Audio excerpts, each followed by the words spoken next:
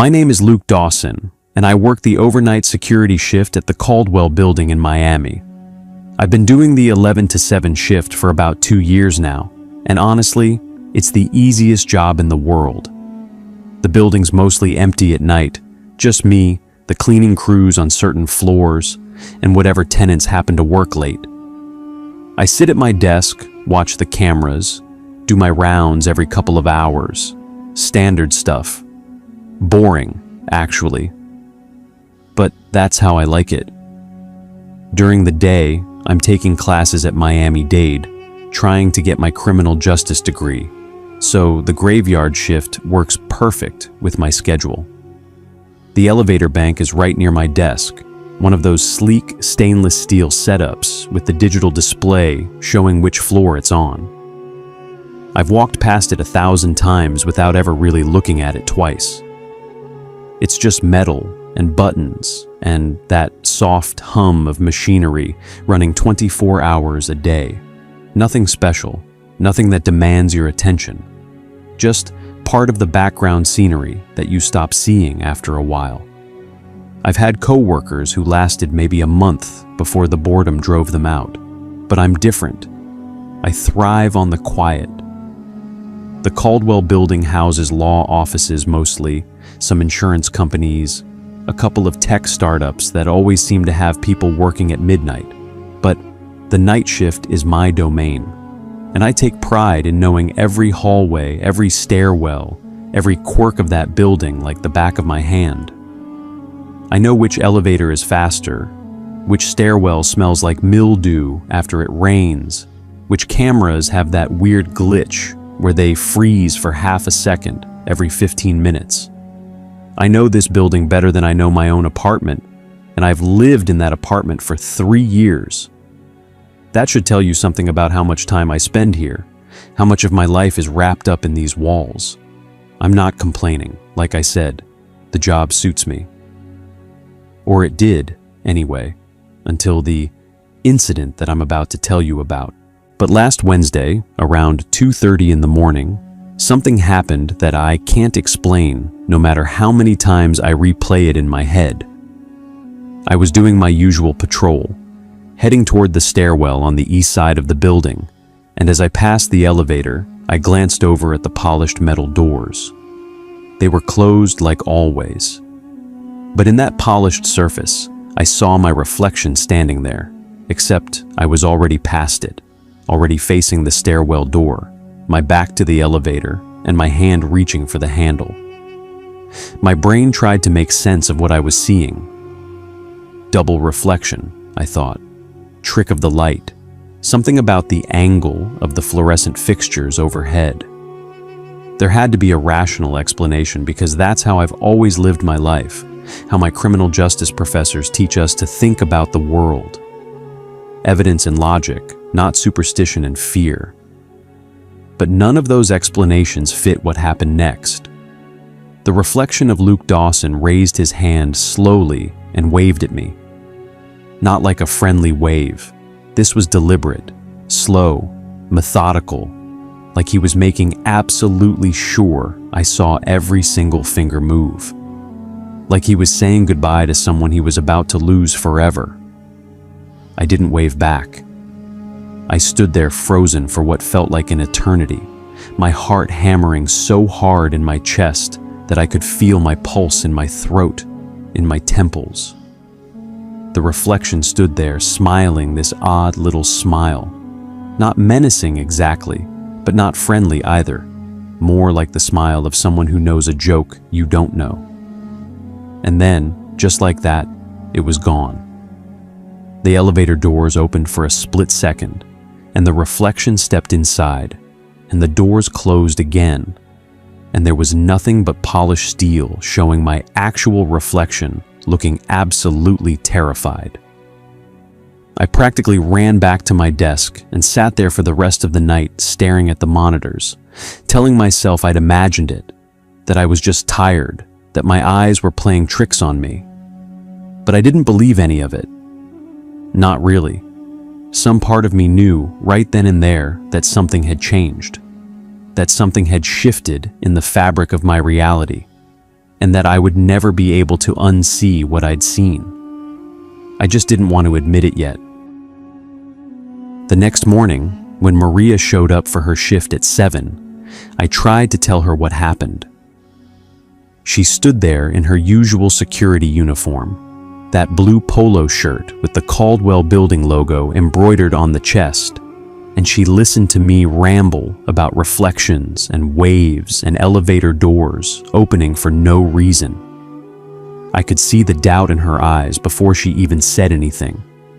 The way her lips pressed together and her eyebrows climbed up her forehead like she was trying very hard not to laugh.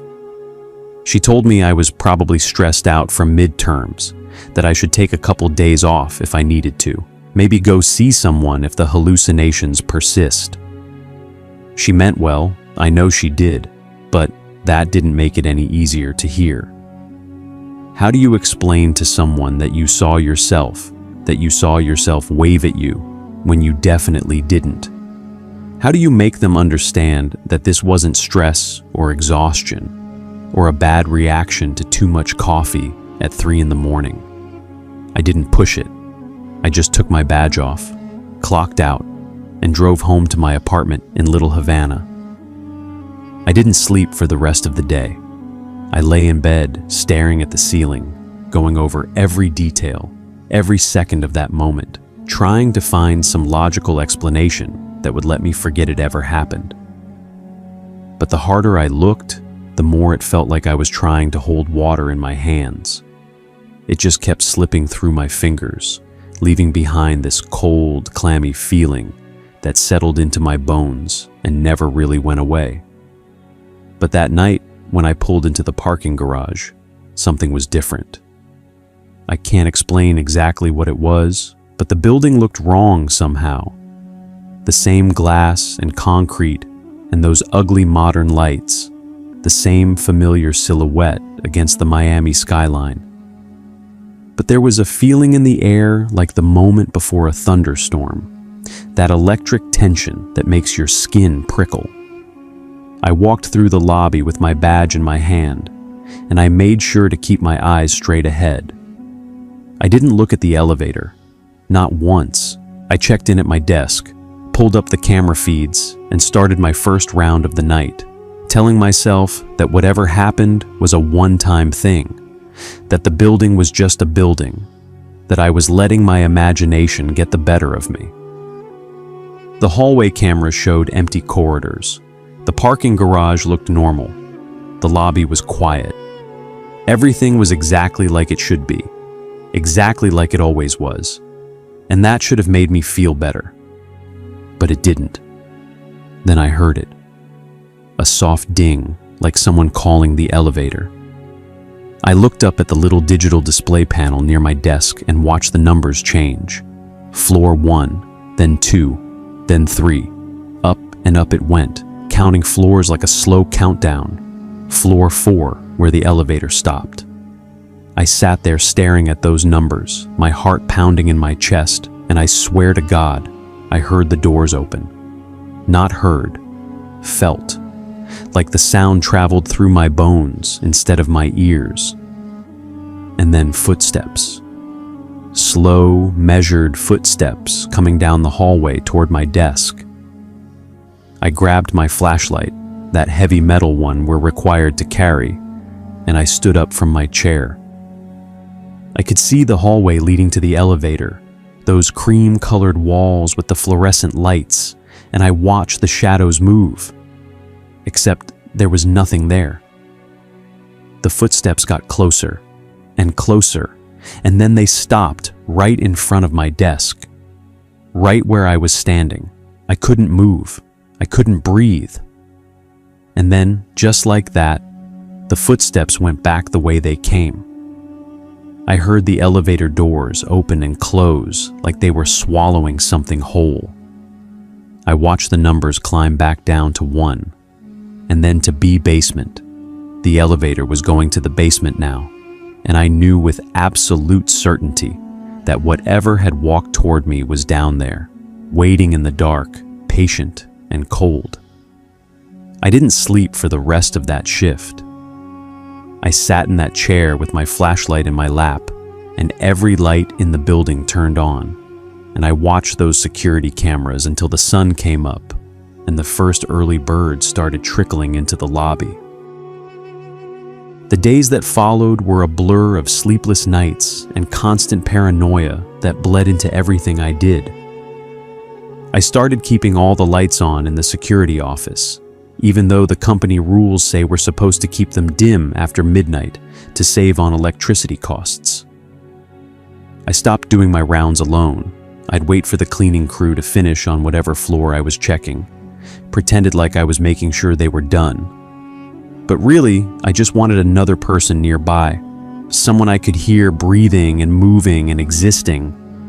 My criminal justice professor, Dr. Reeves, noticed I wasn't paying attention in class anymore, and my buddy Derek kept asking me what was wrong, what was going on, why I looked like I hadn't slept in a week. I didn't tell either of them.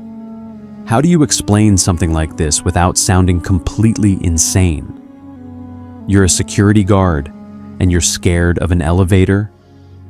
It doesn't work that way. People would look at you differently.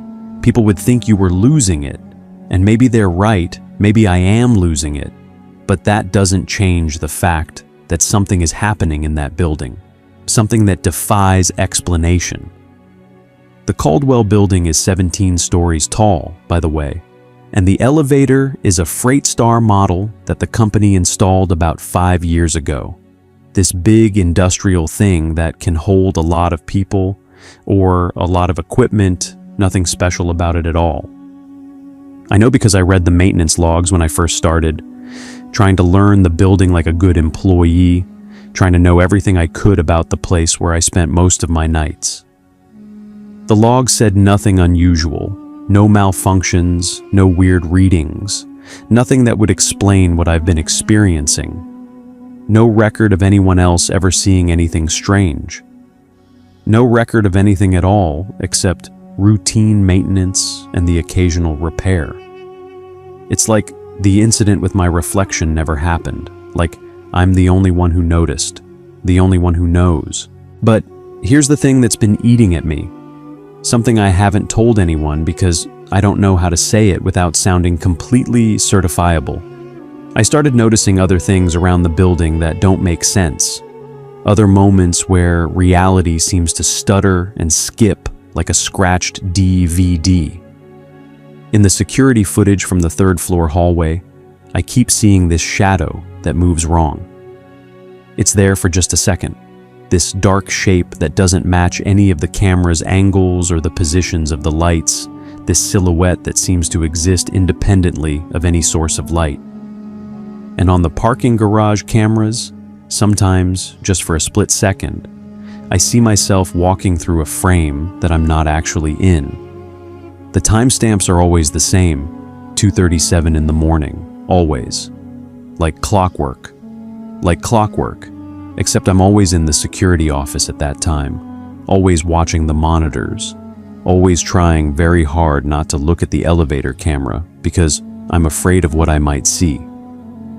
I've started avoiding mirrors when I can, but in a building full of reflective surfaces, that's nearly impossible.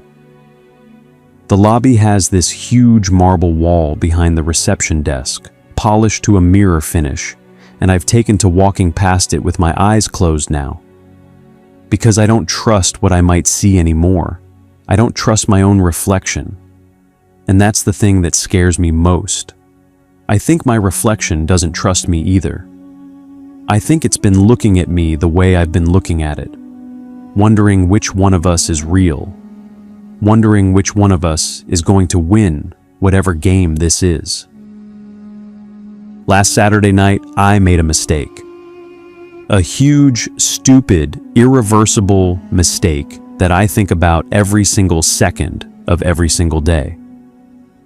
Around 3 in the morning, I was doing my rounds on the 5th floor, checking the locks on the different offices like I'm supposed to, making sure all the tenant spaces are secure, and I passed the bathroom near the east stairwell. The door was open, which struck me as odd, since no one should be up here at this hour. No one should even be in the building except me, and maybe a cleaner or two. I pushed the door open, turned on the light, and walked in. The bathroom was empty except for me. Just those standard corporate fixtures. The sink with the Zedong faucet, the toilet in the corner, the paper towel dispenser, everything exactly where it should be. But the mirror above the sink showed otherwise. The mirror showed Luke Dawson standing in the doorway, except I was already inside, already at the sink, already washing my hands without even remembering deciding to do it. And the other Luke Dawson was looking at me.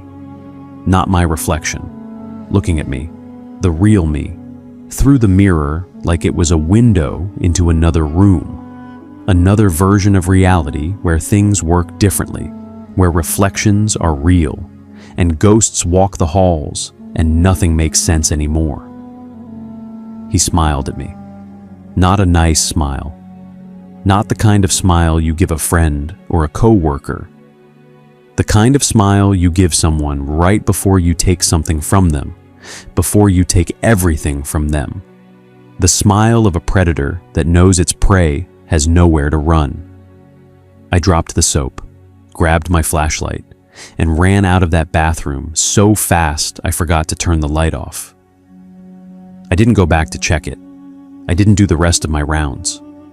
I sat in the security office with all the lights on and both doors locked, and I didn't move until the sun came up, until I could hear the first cars outside, until I knew that other people were waking up and starting their days, and the building would soon be full of light and noise and life.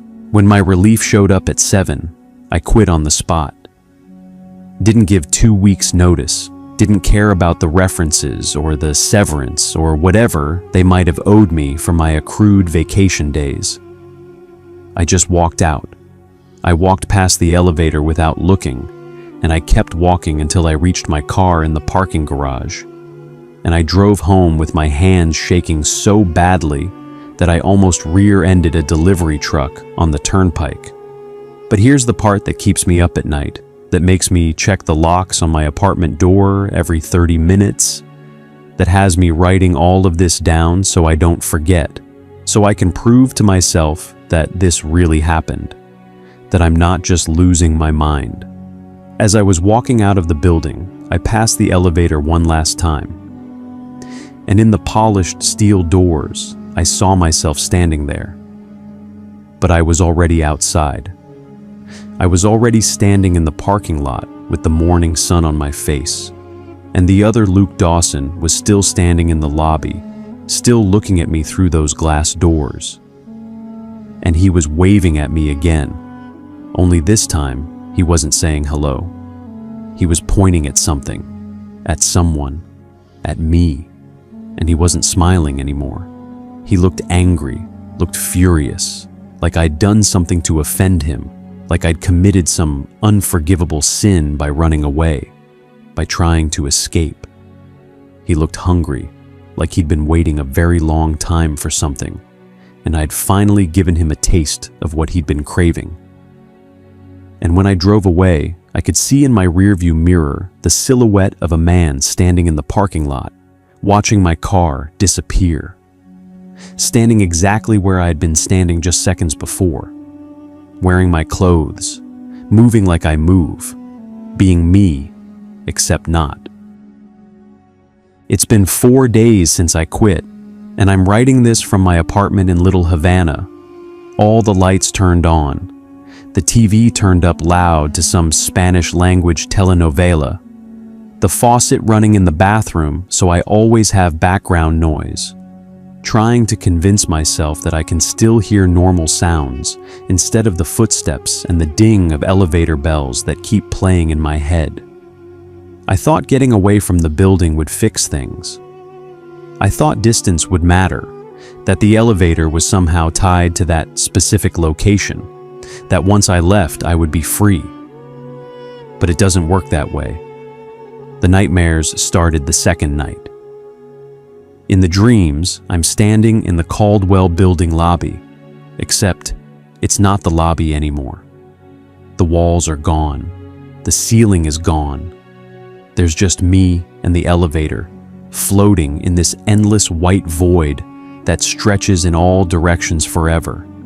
And the elevator doors are open. They're always open now, every night, every time I close my eyes. The doors are open and I can see inside.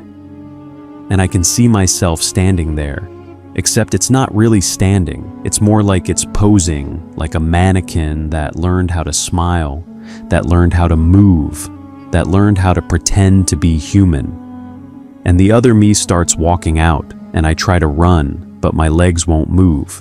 And I try to scream, but nothing comes out. And the other me gets closer and closer with that horrible smile on its face. And when it's right in front of me, it leans in and whispers something. Something I can't quite hear. Something that starts with my name and ends with a promise I don't want to understand. Something that's been driving me crazy ever since, that has me checking every mirror in my apartment before I look at my reflection, that has me covering all the windows and turning off all the lights except the ones I absolutely need. I went back to the building yesterday. I don't know why. Compulsion, maybe. Curiosity. Stupidity. Masochism. I parked across the street and I watched. The lights came on floor by floor as the day shift arrived. Normal people going to normal jobs in a normal building that I once called my own. Everything looked completely ordinary, completely harmless, completely explainable. And then, right at 2:30 in the afternoon, I saw something in the lobby window that shouldn't have been there. A figure standing exactly where I used to stand at my security desk, wearing what looked like my old uniform, holding what looked like my old flashlight, waving at me. Except I was in my car, and my windows were closed, and there was no way anyone in that building could see me, let alone wave at me. But it did it anyway. Slow, deliberate, certain. This wave was different from the ones before. This wave said, "I know where you are." This wave said, "I know where you live." This wave said, "You can't run from me because I am you."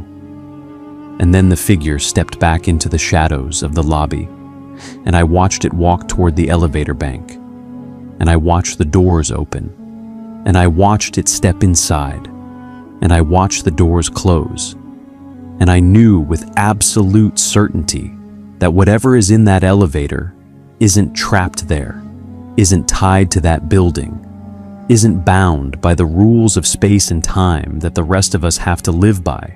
It's waiting, it's patient, and it knows exactly where I live now, because it's me, because it knows everything I know, goes everywhere I go, sees everything I see, and I would know how to find myself.